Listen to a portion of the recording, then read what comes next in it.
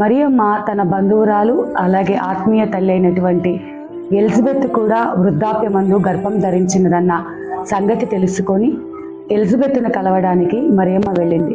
మరి ఎలిజబెత్ దగ్గరికి తను వెళ్ళినప్పుడు తాను ధైర్యం తెచ్చుకుంది. నీవు శ్రమల్లో ఉన్నప్పుడు, నీవు కష్టాల్లో ఉన్నప్పుడు, మరి ఆత్మీయతలో కష్టాల్లో ఉన్నప్పుడు లోకం దగ్గరికి వెళ్తే ఆ లోకం ఇంకా నిన్ను నిందిస్తుంది, ఆ లోకం నిన్ను ఇంకా బాధ పెడుతుంది, ఇంకా గాయాలు పాలు చేస్తుంది.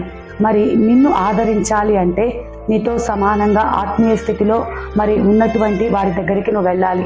నీ స్నేహము కానీ లేకపోతే నీ బాధ పంచుకోవడానికి కానీ నువ్వు సహవాసం చేయటానికి కానీ కలిగిన వారితో నువ్వు స్నేహం చేసినట్లయితే ఆత్మీయ తల్లి బంధువురాలైన ఎలిజబెత్ మరియమ్మను ఆదరిస్తుంది, తనను బలపరుస్తుంది.